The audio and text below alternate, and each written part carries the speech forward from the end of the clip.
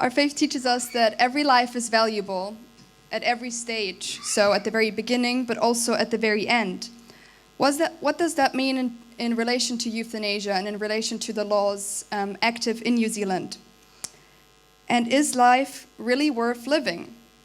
These questions will be addressed tonight by our guest speaker, and it is my pleasure to welcome Amanda Achtman tonight. Please give her a round of applause.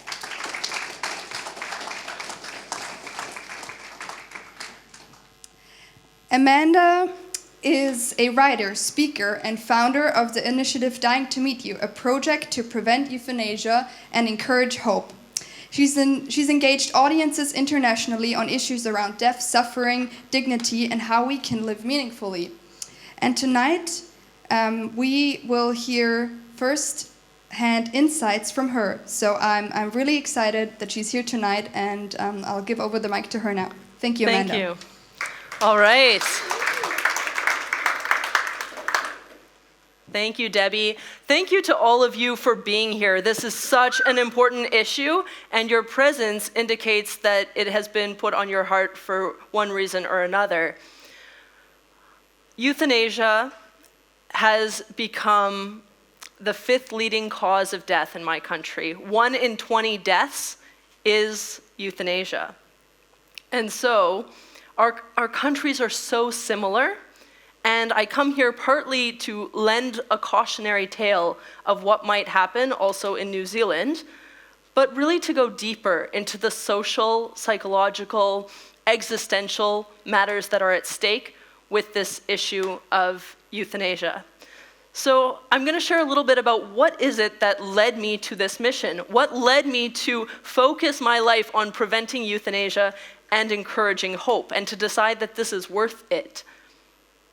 And then I want to discuss, why are people seeking euthanasia in increasing numbers? Next, why are some people supporting their loved ones in the request for euthanasia rather than pushing back? Why are people participating in it as physicians, nurses, social workers, and others?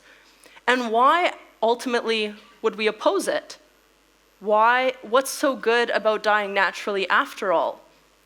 So, to begin, what leads me to dedicate myself to this issue?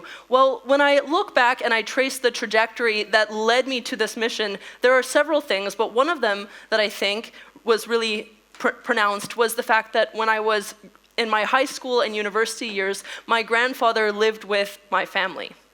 And at that time, he was in his late 80s and early 90s. And we were very close. And during those years, he was my intellectual sparring partner. We don't have the same tradition. We don't have necessarily the same values, but we were very, very close.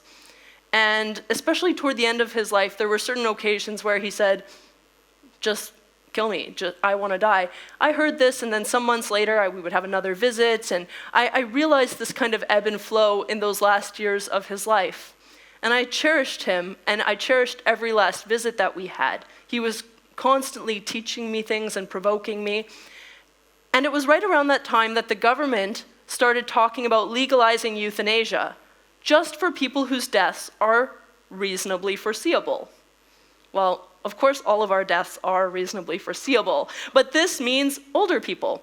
This predominantly meant people who were nearing the end of their life and approaching their death. So euthanasia was initially presented as a means of relieving suffering, where palliative care and medicine could not adequately address it, or of giving people choice and autonomy to control the circumstances of their death so that maybe everyone could gather around and be present for the occasion, rather than people dying alone. And so I started to have the sense that this debate concerned me personally, because there was my grandfather in his 90s. Certainly, his death was reasonably foreseeable. So this concerned people like him and families like mine.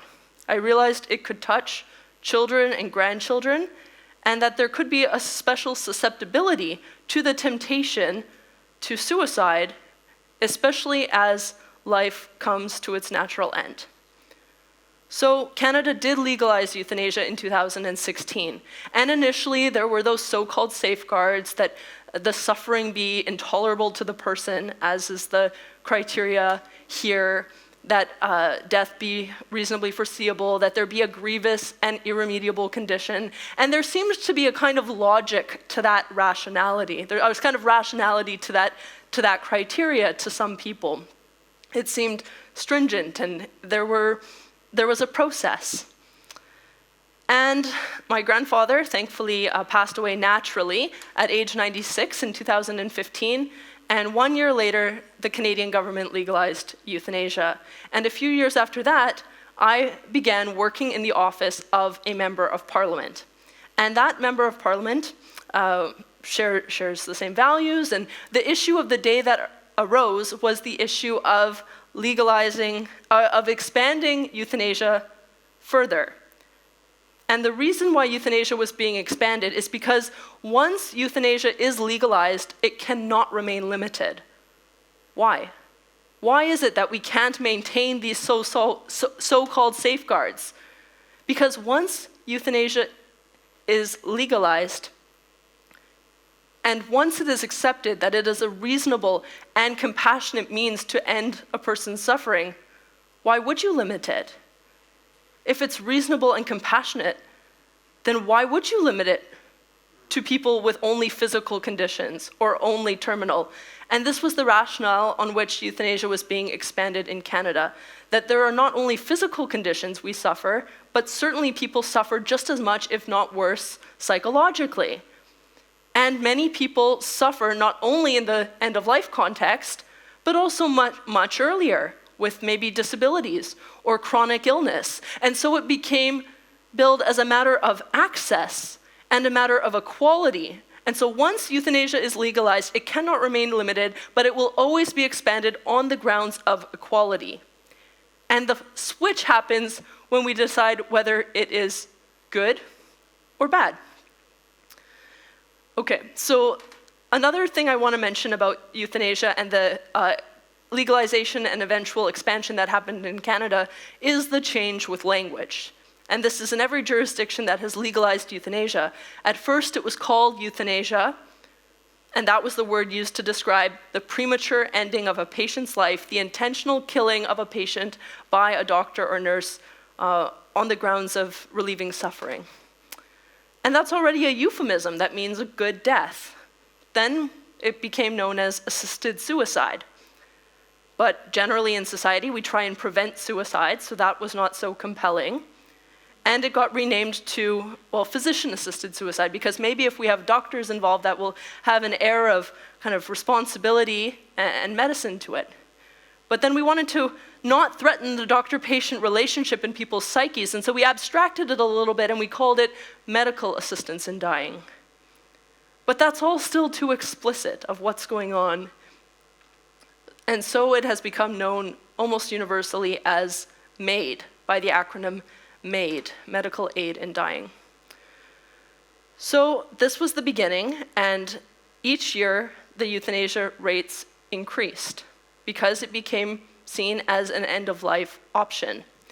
But why are people asking for it since it was legalized? There's a whole host of reasons. There really is a wide range of reasons. And to look at that, I like to go back to a conversation I was having with a dear friend of mine, and she told me that even before Canada had started considering legalizing assisted suicide, or euthanasia, her mother used to say that she would like to die by euthanasia. My friend was a teenager, and she found this strange that her mother would, while she was healthy and well, keep saying that she would go through with this. And so finally my friend had the courage to ask her mother, "Why do you keep talking like this? It's really upsetting me." And then her mother said, "Well, if I'm ever suffering and in a great deal of pain, or if I lose my faculties, I might say something really mean and hateful, and then no one would love me." And my friend, again, was a teenager at the time, and she quickly responded, "Mom, you already say mean and hateful things, and I still love you." So I think that's so interesting, though, because it betrays the insecurity inherent in many of those who are interested in having euthanasia available for themselves, the question, who will love me this way? And it's a question that we can all have in an experience of suffering or illness or any particular vulnerability, a mental health challenge. Who will love me this way? Will anyone accept me like this? And we see that reflected in the data, which Canada thankfully captures very well, as do several other jurisdictions. There's a Health Canada report every year that surveys people on the main kind of suffering that leads to their request. And the number one kind of suffering by people's own admission that leads them to request euthanasia is not pain or even the fear of pain, not even feeling like a burden, not financial, although all of those are on the list. But the number one kind of suffering by people's own admission that leads them to request euthanasia is the inability to engage in meaningful life activities. Inability to engage in meaningful life activities. And the second one is inability to perform the daily activities of personal care. And that second one is also very troubling because many people now, with euthanasia being more and more present within our society, have taken to saying things like, if I need help to go to the washroom, just euthanize me. Or if I cannot live independently, put me out. I'm done. One of the problems with that mentality is that there are many people with disabilities who go through much of their entire lives in that circumstance. And so these judgments on the value of life have a social cost. And there is a kind of dehumanization going on with that. I remember reading a story on Twitter of a man who said, this is a man who uses a wheelchair and he was shopping at a pharmacy for some headache medicine. And someone came up to him and said, this is a total stranger who came up to him and said, I could never do what you do. And the man was confused. He was just buying medicine for his headache. And he said, what are you talking about? And the man said, being in a wheelchair. If I was in a wheelchair, I'd rather be dead. And there's another story that led me to this trajectory and mission, and that is that euthanasia started to touch me more and more personally. Because I mentioned 1 in 20 deaths.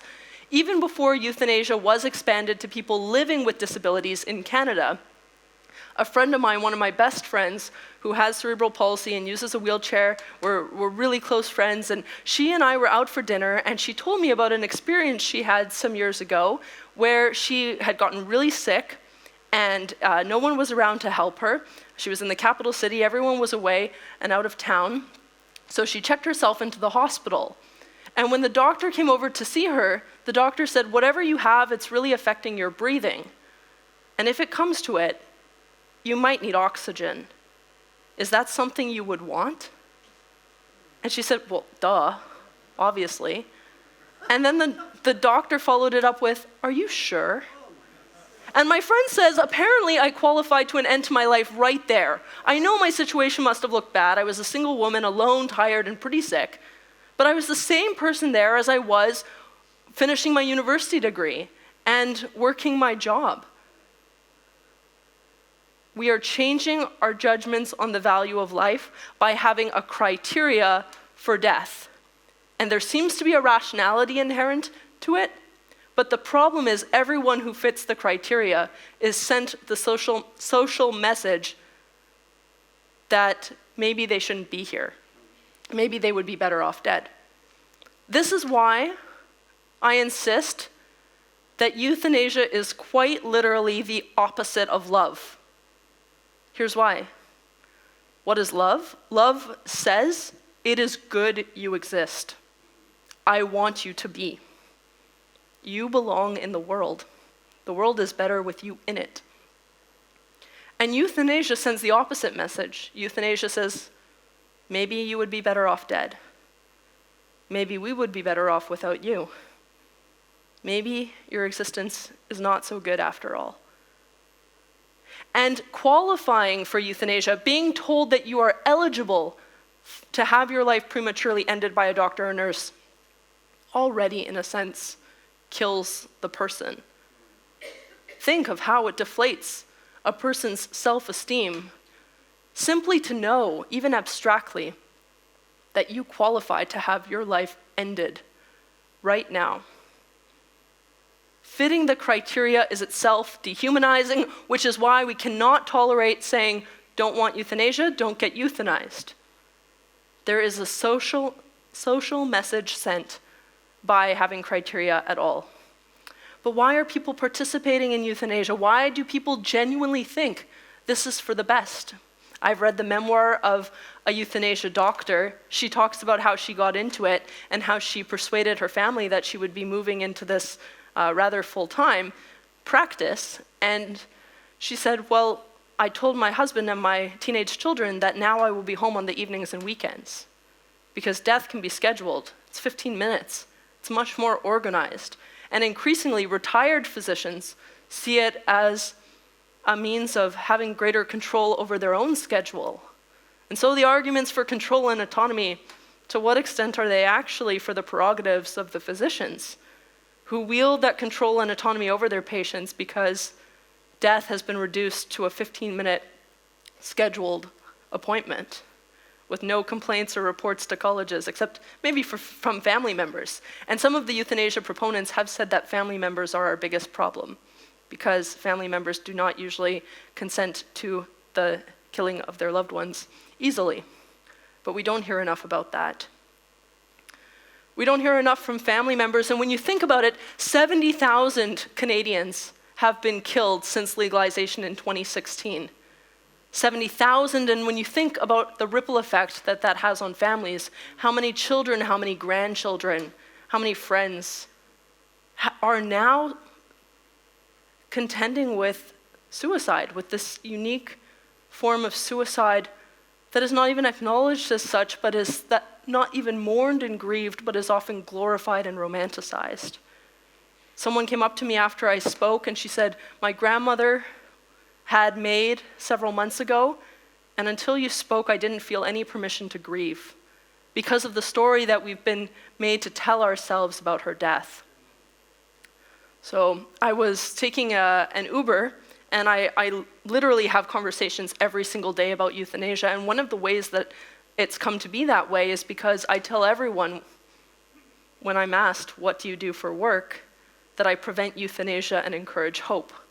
And part of the reason I do that is because there are many people with whom we interact every day who, that may be our one interaction with them. That might be, in this life, your only conversation. What are you going to leave them with? And so I said to my Uber driver, I prevent euthanasia and encourage hope. And he was a bit surprised, and he said, well, my father had MAID. It hasn't even been a year. I asked him, would you like to talk about it? And he said, actually, I think I would. He said, my father was an ideal candidate for MAID, if we could put it that way. Terminal cancer, stage 4, he wanted it, all my brothers supported it, my mother agreed to it. It was going to happen in our living room, where the majority of euthanasia deaths actually happen in family homes, sometimes in hospitals, and even sometimes, as advertised by our government, in national parks. And so he said, yeah, it seemed like MAID was made for someone like my father. And then the Uber driver reflected and he said to me, I have to tell you though, and he said this, he said, it's the most effed up thing in the world knowing that your father is going to die in 7 days, then 5 days, then 3 days, then in 15 minutes. And you're just powerless, a bystander waiting for this to happen, not doing anything for this man who gave his life for you. And then he went a step further and he was able to recall something that I don't think he had thought about too much, but he said his father went to the hospital in November, asked his physician whether there was a chance that he might make it to Christmas. And his father said, and the doctor said, there is a chance that you'll make it to Christmas, but if you do, it won't be a Christmas with you that your family will want to remember. That's a push, that's a nudge. Did he suggest euthanasia explicitly? Did he use those words? No. But subliminally, these are the conversations, this is the push off the edge. And so that man was euthanized in the living room of their home before Christmas. And this Uber driver told me that Since then, his mother has not gone into their living room. She just kind of avoids it with trepidation, even though she had tried to be supportive of what he wanted. The Uber driver thanked me for asking him about it and said, "I've never talked about this." A year after that experience, he had not reflected on it with anyone and was sharing about it with me. Now, this question of consent. I'm frequently asked, but doesn't it make it better that it's voluntary, that a person consents, that they want it? Doesn't that change everything? To that, I would say, if what someone is asking for is to be killed, to have their life ended, isn't that itself a red flag? If that's what's being requested, what kind of freedom is this? Just end it? This is why when people are concerned about how to accompany their loved ones and they think, but I want to be supportive, but I don't want to rock the boat, but I don't want to lose this person, I don't want to fight with them, I encourage them and I say, you don't have to fight with them. Tell them explicitly, I came not to fight with you, but to fight for you. And you can be confident, as I assure family members all the time in Canada who are afraid of being cut out of their loved ones' lives in the final months or weeks, that mounting resistance to what is tantamount to a form of suicidal ideation is always an act of love. Mounting resistance to what is a form of suicidal ideation is always an act of love. You cannot go wrong. And even if that person misuses their freedom, as we would see it, and goes through with it, you have not failed. You cannot fail in your love for them as long as you have resisted, as we would try to resist any person who we know is tempted to suicide, which is a cry of the heart. It doesn't surprise me that some people, like my grandfather had, have moments of saying, I want to die. I've heard from many elderly people who say, why hasn't God taken me yet? My life is complete. I'm ready to go. That's natural. But what's not natural is for the surrounding community to say, yeah, we concur with your self-doubt. We concur with the lack of self-esteem that you have right now. No, we are meant to offer pushback. When someone isn't sure if it's good they exist, we're meant to come alongside and propose that the world is better with them in it. Why is dying naturally so much better? Well, I mentioned already the kind of crass and callous dimension of scheduling euthanasia for the convenience of the doctor. It's also frequently for the convenience of family members. I have heard, and one of the highest rates of euthanasia, actually the highest rate in the world, is Vancouver Island in Canada. It's a retirement kind of island on the west coast. 11.4% of deaths on the island are euthanasia deaths. So common there. And part of the reason is because many people have adult children living in Ontario, which is quite far away. And they figure, well, I would hate to have my children come for a last visit only to have to fly out again 2 weeks later for the funeral. So let's schedule it. There are all these underlying sociological reasons for it. In Canada, there must be hundreds upon hundreds of obituaries that mention MAID. It actually mentions MAID in the obituary. In fact, obituaries are becoming a key form of euthanasia PR. There's no prohibition against mentioning it, and it creates a kind of contagion effect.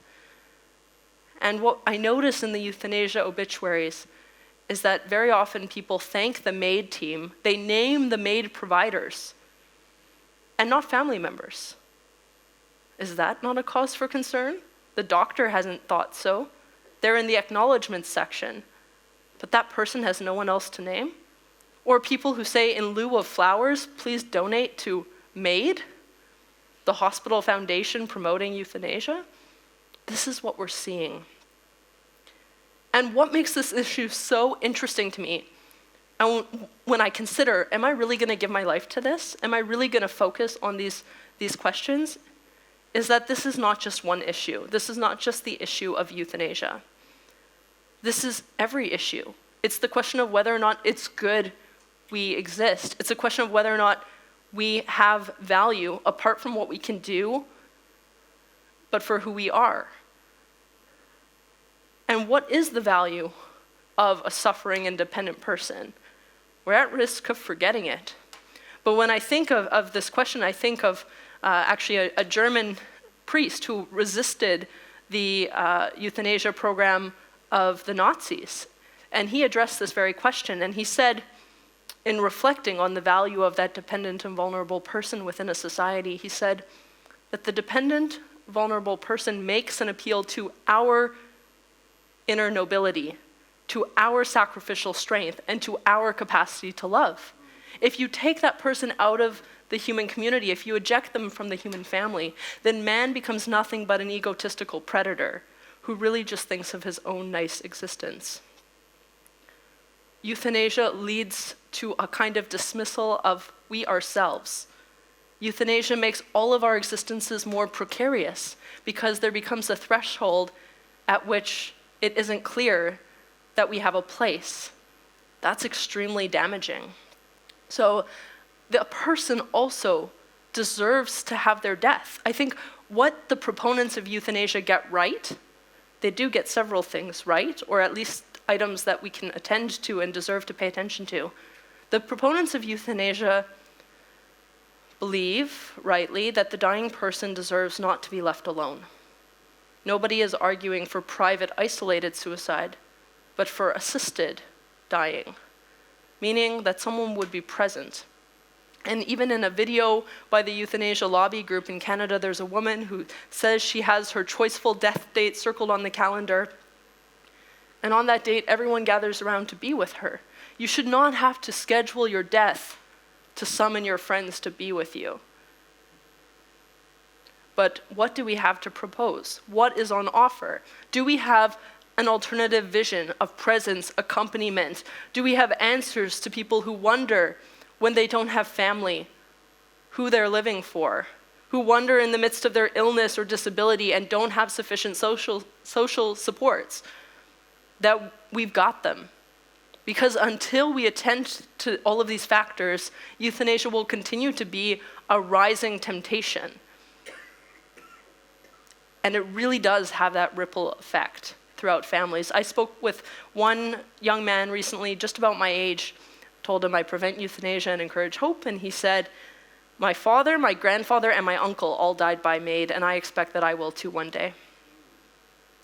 This normalization, this banal kind of attitude toward death, and in a sense it's kind of death in a social media age. As one of my friends put it, if your life has been a reel, R-E-E-L, then your death might not be real. So now I want to share a short film with you because a big part of my work involves coming alongside and interviewing people who have been affected by euthanasia in one way or another. Sometimes it's the person, him or herself. Other times it's family members.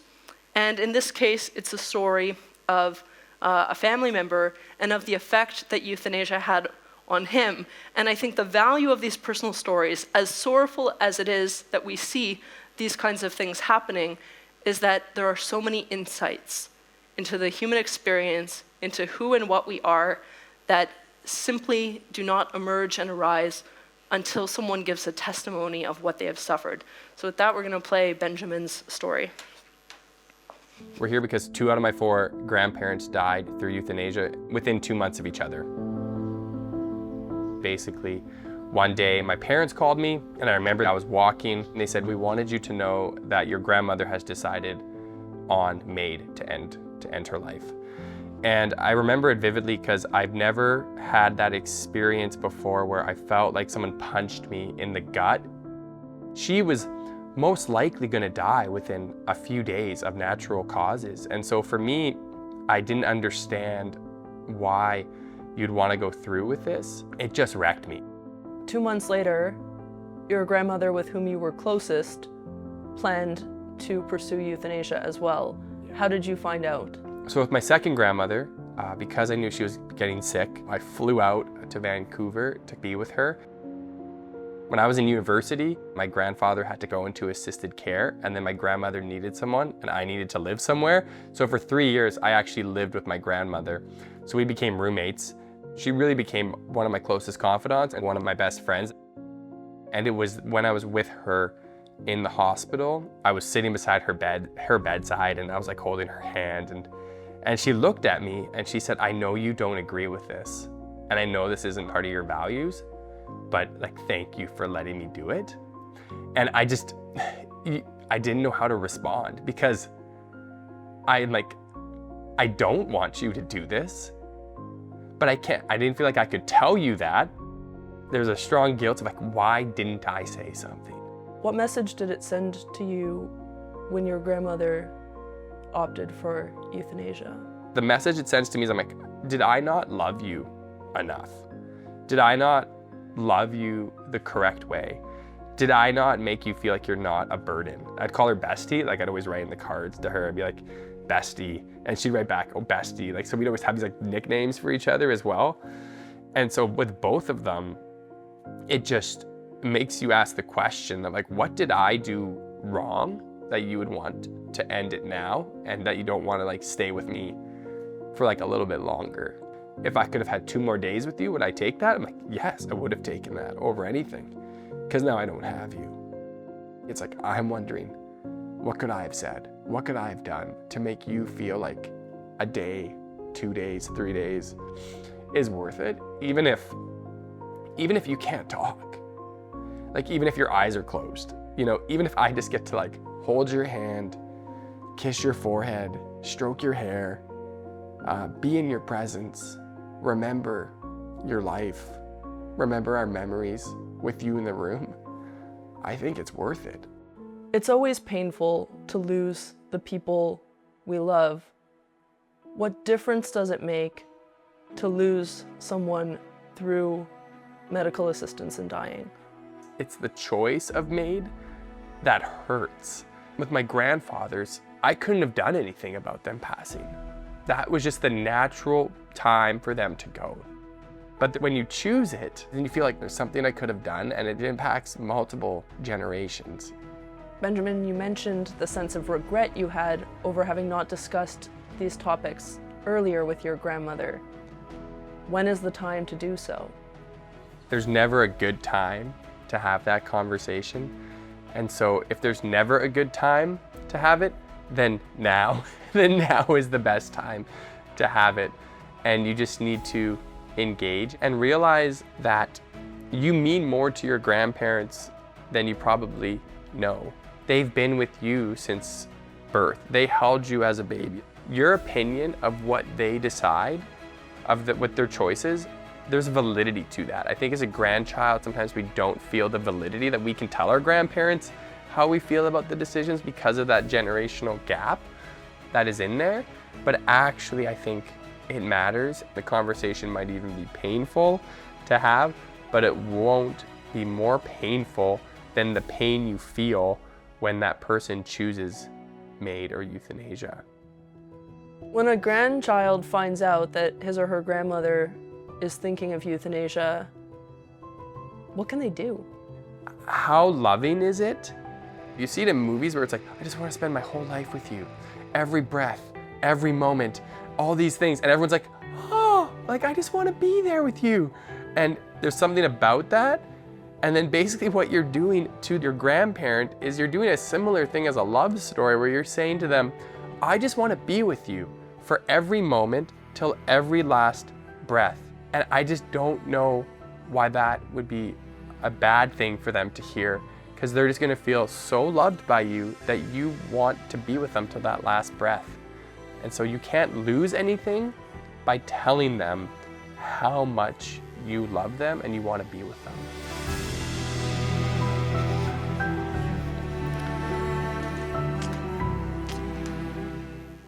So that is a sneak preview of a video not even released for you. And I think he really gets to the point. It's the choice of MAID, it's the choice of euthanasia that hurts. It's a decision against one more minute, one more hour, one more day with the people in your life. And a dear friend of mine put it astutely when she said, "It would be a mercy for you not to go through with this and leave me wondering for the rest of my life what I did wrong." And Benjamin gets to that as well. The sense of guilt. And so euthanasia can never be an autonomous individual choice because you are too loved to be an individual in that respect. We belong to one another, and it also reverberates throughout so many social relationships. So you already have these stories here. Even though the euthanasia rate is lower, think of the number of people who have had their lives prematurely ended by a doctor here. And think of their family members who have a story like Benjamin's to tell, waiting to be told. Or maybe an Uber driver who's waiting to talk about it for the first time. These kinds of experiences are all around us, waiting to be unlocked when we're willing to become a shelter for the wounds of others and bear these things in community.